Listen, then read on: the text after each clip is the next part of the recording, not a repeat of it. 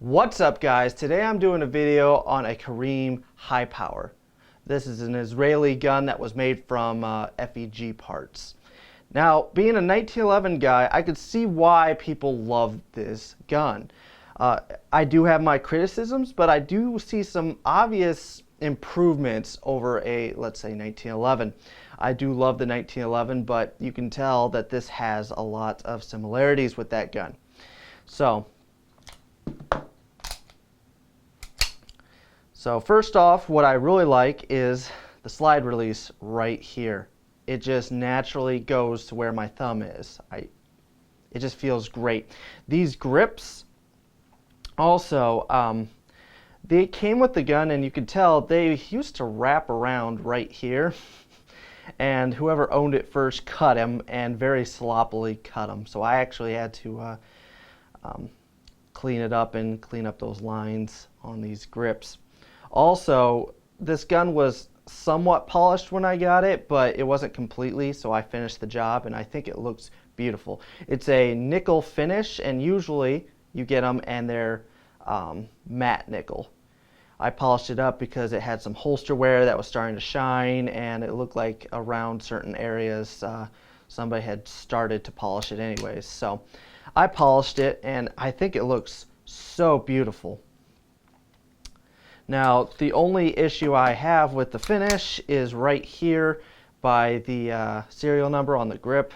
You can tell it's starting to come off a little bit, which that's where you grip the gun, so naturally that's going to come off there.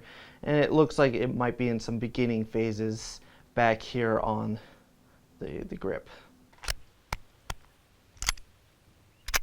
There's a spent shell in there. Huh.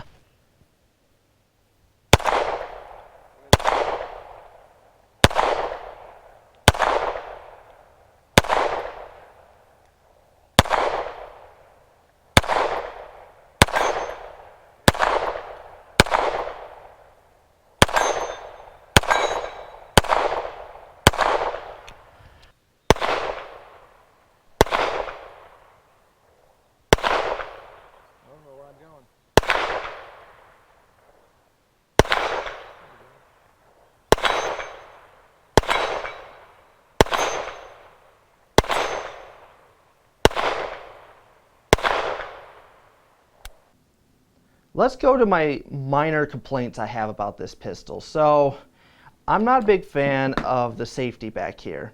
It has a very positive click when you put it on safety, but when you take it off, it's not as positive of a click. Honestly, I would prefer it if there was more of a positive click, but that's not really that big of a deal. And it is extremely heavy. It's very difficult to do it with your hand. I've learned how to do it. You go right on the knuckle, but it is pretty stiff, and it's a small little safety. I do like it, but I just wish that there was more of a positive click when it came off safety. Just a personal preference. And I wish it was a little bit longer so that, you know, it was easier to get your thumb underneath it, but that's just a personal preference for me. The slide release, I love where it comes back to, and the mag release is perfect. Actually, with these grips, the way that it goes in right here makes your thumb go naturally to that mag release. The trigger pull on this gun, well, it's not a bad trigger. So it's a single action only pistol, and you get to this wall. So you have all this play, and you get to this wall, and you pull the trigger. There's not a lot of travel, but it's a heavier trigger. It's not bad. My problem, forgot magazine's in it. My problem is, look at this long trigger reset. You basically have to go all the way forward to reset that trigger. Let's go from this angle. It'd be a lot easier if I took the mag out. So it's just a long length of travel.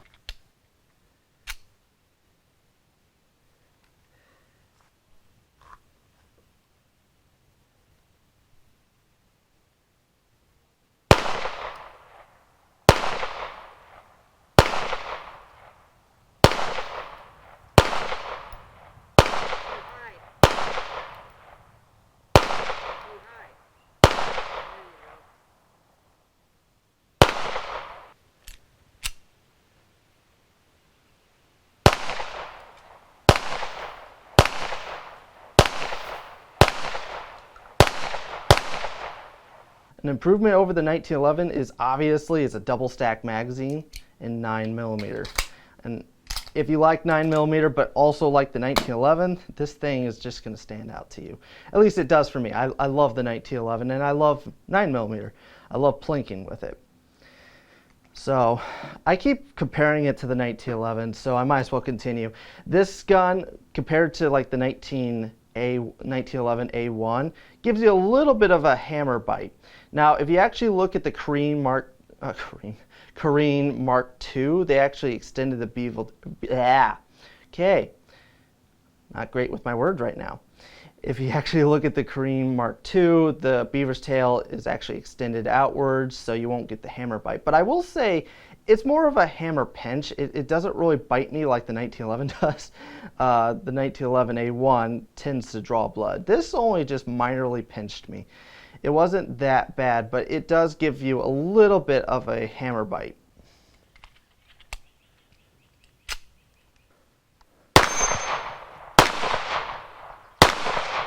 Wow, you got a jam. It's the first one I've seen.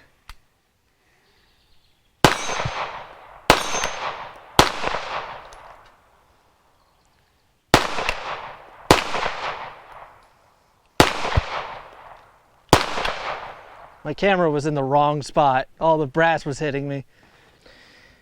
If you want to take it apart, you pull the slide back to this notch and engage the safety in it. Now, since I'm doing this from a weird angle, by the way, since it's slippery, it's kind of hard. So as you can see, I engaged the safety into that notch. Now all I have to do is push on the slide release on this side, push on the pin,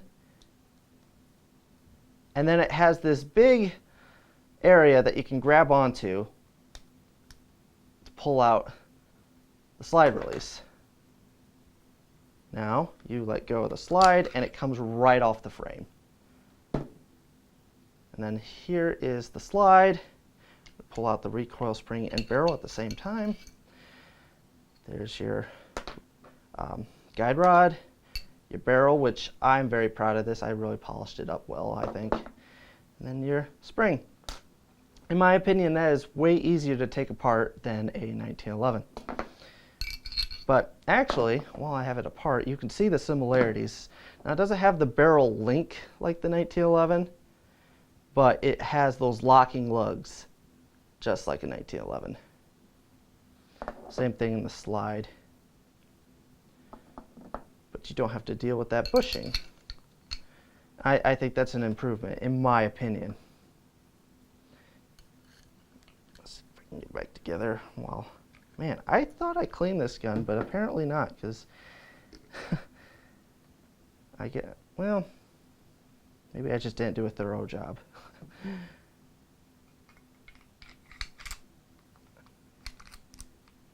Put it back in, put the slide release back in, and look at that.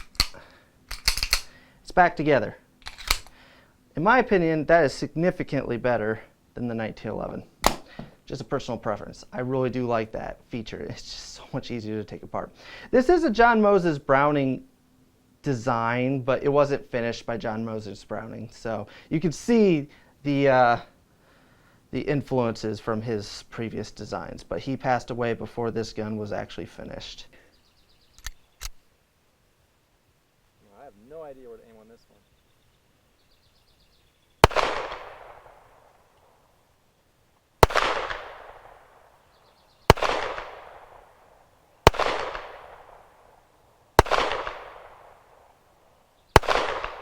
I don't know what I'm aiming for. There we go. So this gun actually shot really well. It was a pretty reliable gun. The only problem I had was actually with my camera and forgetting to put in brand new batteries. Because a lot of the footage of this gun, there was no audio, so woohoo! I always love that. I was able to get some decent accuracy out of it, but I will say I was having a hard time with these sights. There was a couple times, I don't know if it's just me wearing sunglasses, but I would be leveling this off and shooting high, and then when I would look at that front sight, I'd see that I'm actually not holding this even with the rear sight, because it's so shiny it almost looks like the top wasn't there. Maybe that's just me, but it took me a little bit, but I got onto it and was able to get this gun decently accurate. All right, first shots, aluminum ammunition, and that was smooth. All right, let's see what she can do. You ready?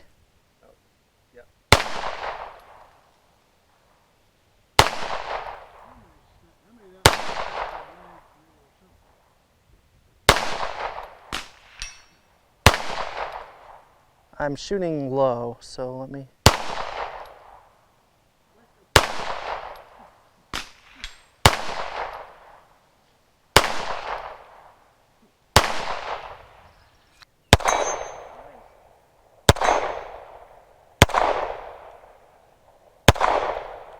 I don't know what I did to hit those first couple times. Well, I'm aiming way... Oh, you gotta aim high. Yeah. Still learning this gun. Okay, that was low, so I don't have to aim that low.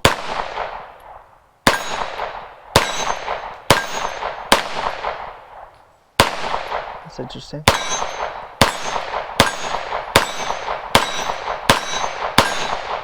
All right, I thought you had to aim low, but I was actually aiming right on and I was hitting it. Huh.